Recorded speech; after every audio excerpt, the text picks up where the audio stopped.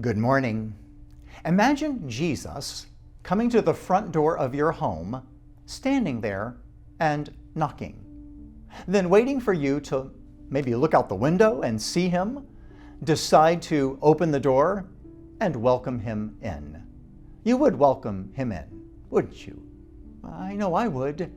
Well, that was the invitation he gave to the church, the Christians living in the city of Laodicea in the first century. John records his invitation in Revelation chapter 3. What makes his invitation so amazing is that it is again an expression of his grace and mercy. They didn't deserve it, deserve him to come to them, to pursue them, to invite them into fellowship with him. In fact, they deserved just the opposite, to be disciplined, for they had become prideful and greedy. Their hearts had grown cold and callous toward Jesus. Their love was lukewarm, not hot or cold, just average, actually apathetic.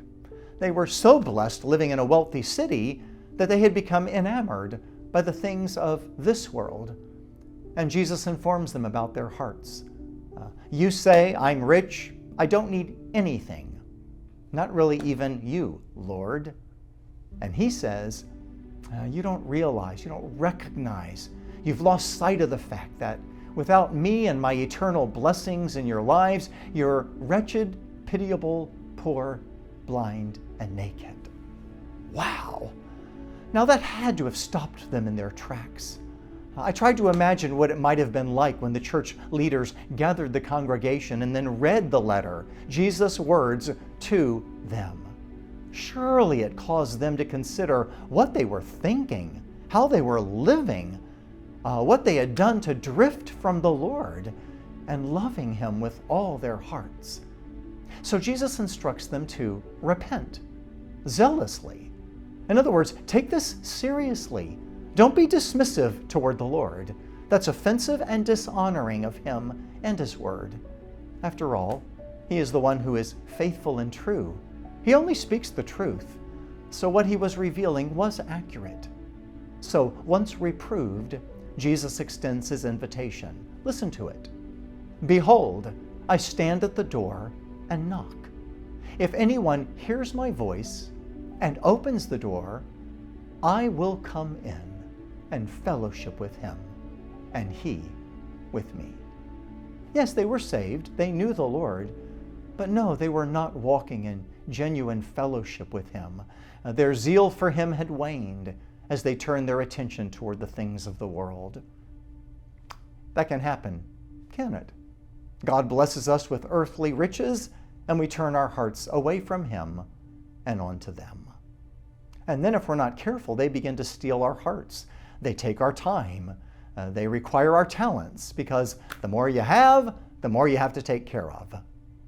Earthly riches aren't wrong, but it takes great wisdom and restraint to handle them wisely, to steward them in ways that they don't dilute our passionate love for the Lord and our determined efforts to serve him any and every way we can. So today, as we close the week, listen again to Jesus' kind, loving, restoring invitation. Behold, I stand at the door and knock.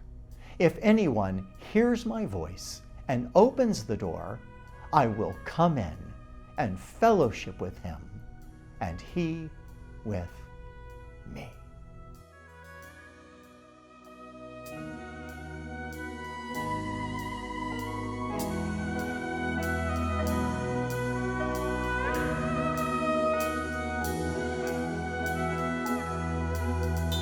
Turn your eyes upon Jesus.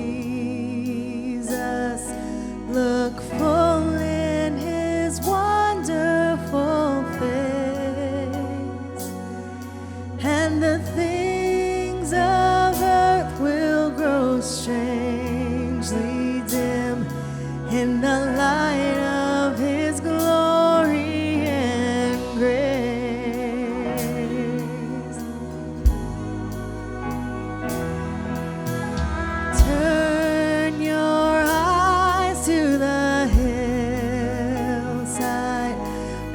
your justice and mercy embrace. There the Son of God gave his life for us, and our measureless debt was erased. Jesus, to you we lift our eyes. Jesus, our glory and our prize. We adore you, behold you, our Savior ever true. Oh Jesus, we turn our eyes to you.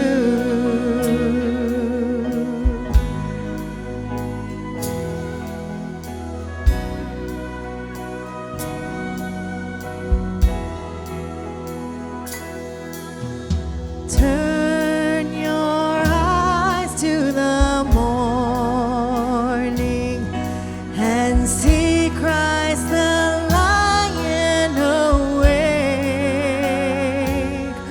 What a glorious dawn! Fear of death is gone, for we carry his life in our veins.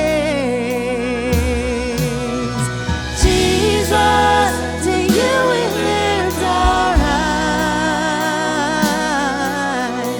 Jesus, our glory and our prize. We adore you, behold you, our Savior ever true. Oh Jesus, we turn our eyes to you.